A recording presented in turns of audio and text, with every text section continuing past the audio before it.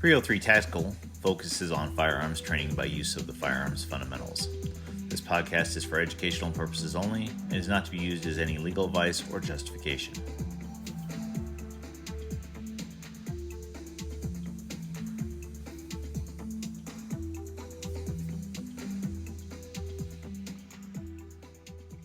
Hey everybody, welcome to 303 Tactical, our inaugural podcast edition. I'm James. I'm going to be walking you through this. We here at 303 are a foundation-based firearms training center for people who have a big fear of big group settings. We work one-on-one with our shooters, get them the good foundation so that they can continue on in their shooting endeavors.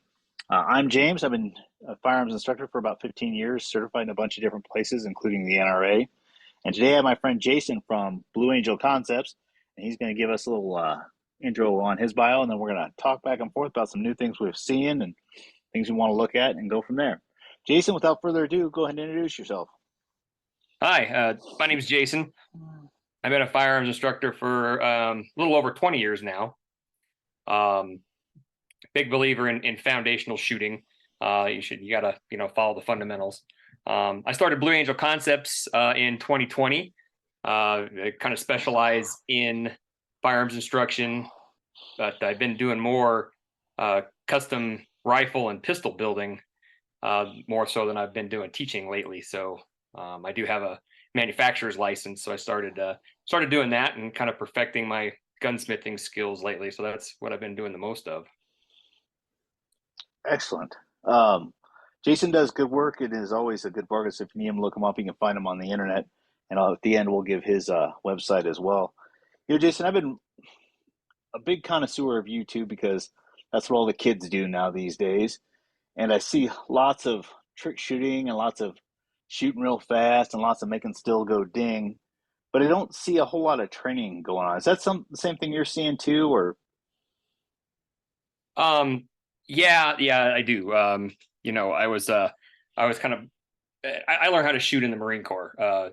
Growing up, my dad was not a big gun guy, and so I actually learned how to shoot properly in the Marine Corps, and they were huge on teaching fundamentals, right?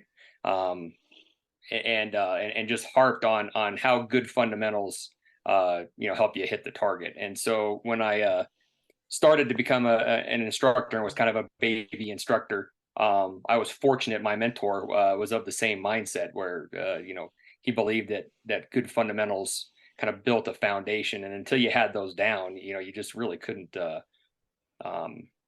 you couldn't hit the target, right? It didn't matter how quickly you flip magazines or reloaded or did anything else. If you didn't practice good fundamentals, then you just weren't going to hit the target. And I do see some people kind of skirting around those, the basic fundamentals. Well, and I think part of it too is they've got to get you into the class, right? They have to shoot something on YouTube that is their shtick, if you will, to get you to come to the class, because the fundamentals. I was at a class recently where they talked about the fundamentals haven't changed in all these years. We've been shooting all these different guns, whether it's been the 1911s or the revolvers or onto the polymer guns. The fundamentals really haven't changed, and that's what I've seen. I don't know if it's been your same experience or. Yeah, no, they haven't. Usually what I end up learning is maybe a different way of presenting them, right? Or a different order. A good example of that is, and talking about red dots is probably a whole episode in itself, but on red dots, for sure, pistols, miniaturized red dots. But I really looked hard at how I was teaching. I was a full-time police firearms instructor for 10 years. And the red dots started to come out just kind of towards the end of that tenure for me. And so I started thinking of different ways to present the fundamentals, now that we were going to give these brand new shooters, red dots. And so, usually if I'm looking for something different, the fundamentals don't change. Maybe the way you present them, or sometimes you get different opinions on which fundamental is the most important, right? And so, they don't change though. Yeah, and like you, I wasn't in the Marine Corps, but thank you for your service. But I was really blessed to go to high dollar training places like that you go to for a week and spend lots of money to go to. It was able to get sent to some of those and then go to some of those on my own as a baby uh, in my shooting career. And I felt that having that good foundation has served me the whole way through. I feel sometimes people they want to go fast, but they haven't learned how to start the car. If that makes sense to you. Yeah, no, and there's some truth to that. And the the foundational, your what you learn first when you're learning how to shoot is usually what sticks with you. Um, and I know that because like I said, I've trained police officers in the past, um, and however they learn how to shoot the first time, that is usually what is ingrained in their brain the deepest. It's really hard to break, those old habits. Especially if they're not helping, right? If they're not helping them, hit the target and do that smoothly and efficiently. So that if you're an instructor and you're teaching somebody who is brand new, that's a huge responsibility, and you really have to pay attention to what you're saying and what you're showing them, because those those are the neural pathways that sit the deepest in their brain, when they learn those. So um that's just something to remember. You're right when you talk about those brand new shooters. I remember going to one of my youngest daughter's parent teacher conferences, and this was like in third or fourth grade, and I was asking the teacher, and I said, I kind of noticed her handwriting's not quite, where I would like it to be, not quite as clean and as crisp. And is that something that they work on? And the teacher's like, after about then, that's what they have, And I think you can apply the same thing to the shooting foundation. If the first time we get you, if we don't give you that good, clean, crisp, smooth foundation, it's just going to be choppy down the road. Does that make sense? Oh yeah, yeah. I'll give you an example. I was out just having some fun with some people I hadn't gone shooting with before, and they're all pretty novice, just kind of recreational shooters. And I spent most of the day fixing grips. Say hold the pistol like this, it'll be a lot easier to control it, right?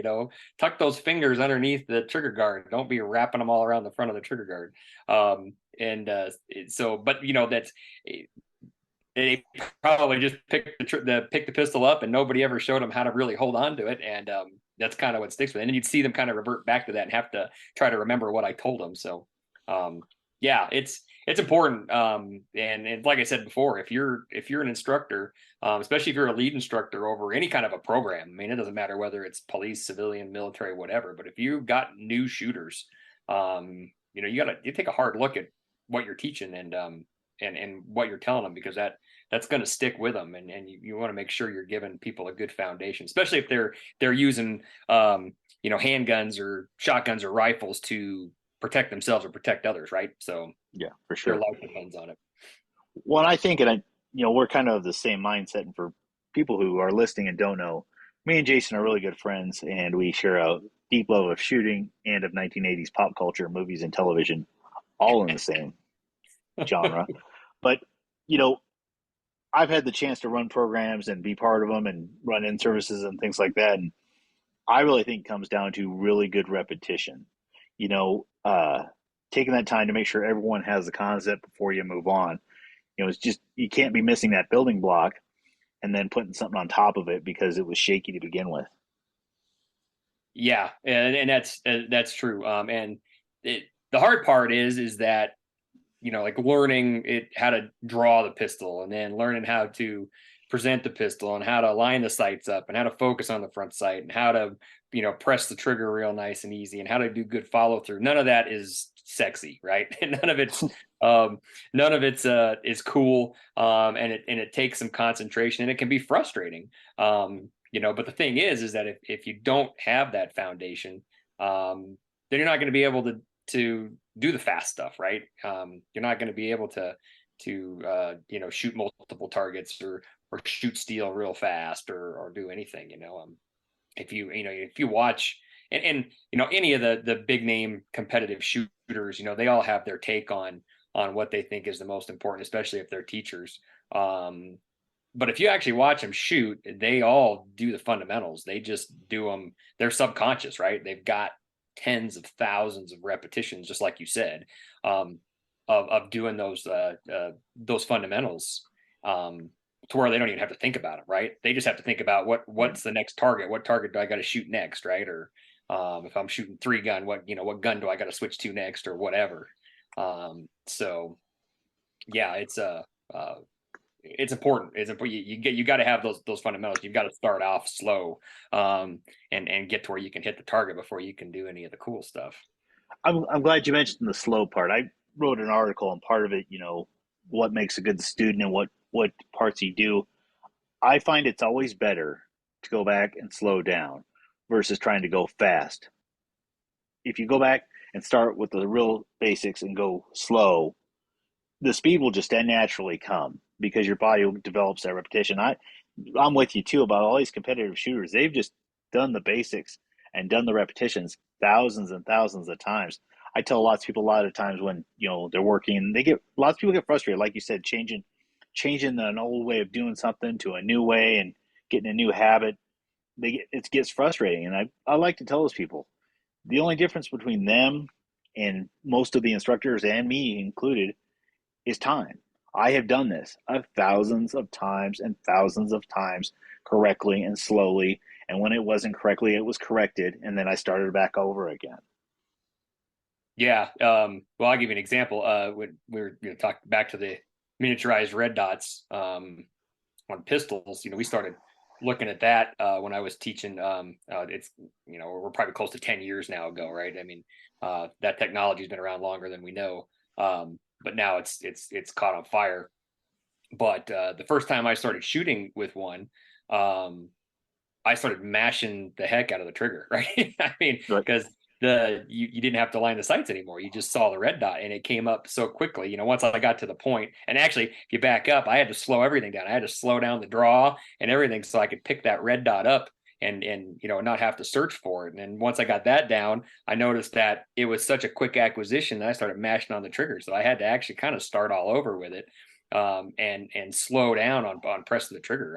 And it was frustrating. It was super frustrating. Like, I see the sights and I'm just mashing the heck out of the trigger and missing the target all the time. So, and how many times have either of us been instructing and taking people from just straight iron sights to red dots, and they can't stand it? Like, this is the worst thing ever. No, I promise you, it's better. No, this is terrible. I can't do it. That's because you had thousands of repetitions the old way, and I'm giving you a whole brand new process to assimilate to, and then to perform at a high level. Yeah, it's yeah, you're right. With the advances in technology and that's a huge one. I mean, and like I said, you could probably do a whole podcast on red dots on pistols now, because I could talk hours about that and the issues that come up with, especially and especially with putting them on experienced shooters' guns, how they've got to kind of retrain their brain. It's like I said, that foundational training that you got before with iron sights is really deep, right? And the more and more you reinforce that, and the deeper that neural pathway is in your brain, the more repetitions and the more time it takes to undo that, a little bit to be able to use a different sighting system like a miniature red dot. Yeah, and I think with you and with me, I think we're both on the same page. It all really does come back to the fundamentals, and if you have to go back and rebuild those, it will pay you dividends down the road. That you'll just spend more time and more frustration if you happen to come back if you don't take care of it on the front end. Yeah, it does, and and I had this conversation, and I was really lucky because my mentor, the person I look back at it as my mentor who kind of taught me, probably 95% of what I know about shooting, especially about teaching shooting. One of the gifts he did give me was showed me how do you analyze, like a shooting program, or how do you go to a school and actually kind of analyze what the person's showing, and actually be able to, discern